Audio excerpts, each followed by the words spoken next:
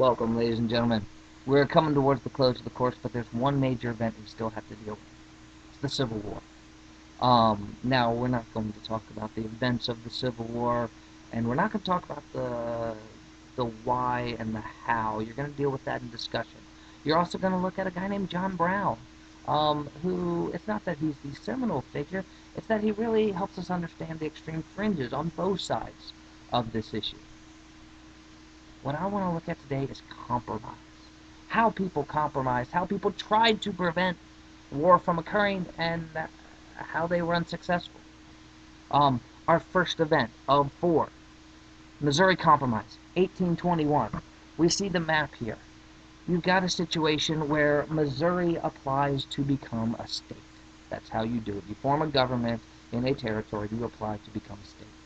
It was set up in the earliest kind of form of government under the Articles of Confederation. Well, the problem is, Missouri wants to become a slave state. Now, normally this wouldn't be a big deal, except for the fact that that would make one more slave state than free state, which means that the slave states would have more power in the Senate, because, of course, 2 senators per state, right? So, the North didn't want this. There was an outcry. They would mess up the entire balance of power. This this tension and fierce political debate waged until our kind of compromising hero, Henry Clay, comes on the scene. We're going to talk about him again. You've heard of him already in terms of his relationship to Jackson. He comes up with a plan. It's called the Missouri Compromise, right? Missouri will come in as a slave state.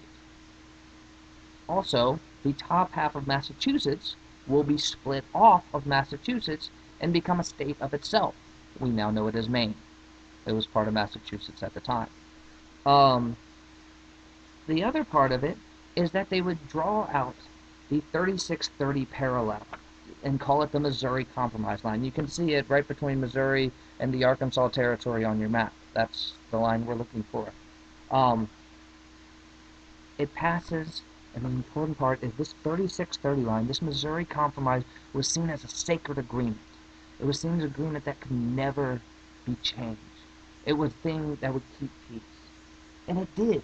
It's going to keep peace for years. 1821 all the way up until, well, frankly, 1848.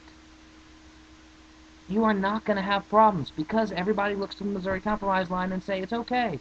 Below the Missouri Compromise line, there will be slave states. Above the Missouri Compromise line, there will be free states. That's it. That's the answer. All right. Well, 1848, what happens? Flip it in your book. See if you can't find it. That's right. The Treaty of Guadalupe Hidalgo. It's that treaty that ended the Mexican War. We talked about that a couple weeks ago. Well, the problem with this is not that, well, the problem is we got more land. So the New Mexico Territory, the Utah Territory, California, they've got Oregon, Nebraska, Kansas, there's all this land. And the Missouri Compromise doesn't really address all of this. So all of a sudden the same question, which had been dormant for, well, 26 years, is now back in people's faces. And they don't know what to do about it. They come up with 2 different proposals. One is to take that 3630 line, that Missouri Compromise line, and extend it all the way across to California, which California's a free state, and no one really denies that. The other is to do popular sovereignty.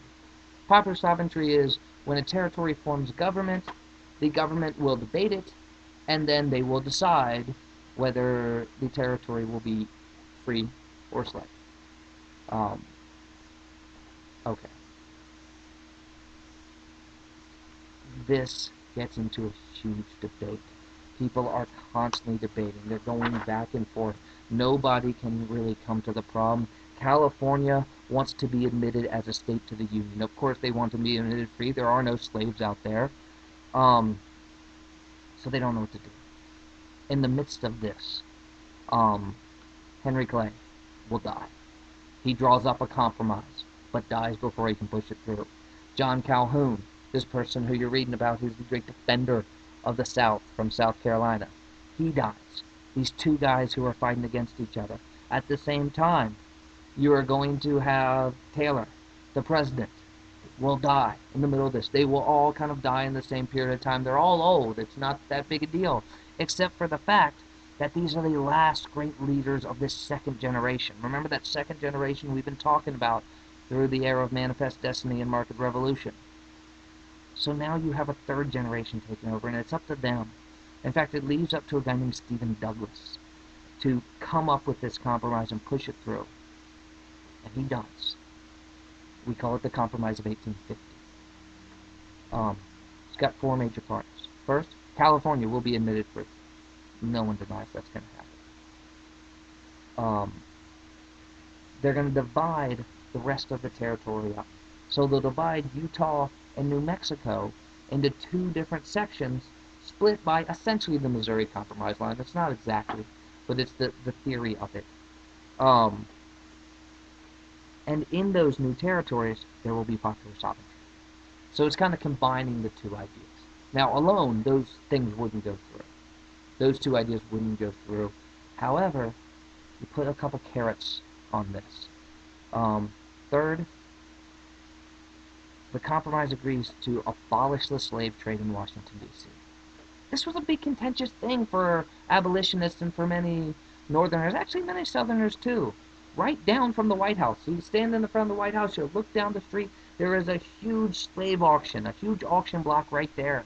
And when foreign dignitaries come in, especially English and French, who had abolished slavery worldwide in their territories, this doesn't look good.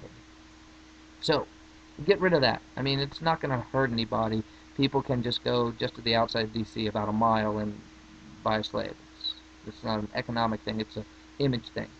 The fourth part is a fugitive slave law. And this is what pulls in the Southerners. It says that if your slave runs away, and he runs to the north, you can go get him. You can ignore any laws. You don't have to go through a judge. You don't have to go through a jury. You don't have to go through a sheriff. You essentially have bounty hunter rights to hunt him down and take him back.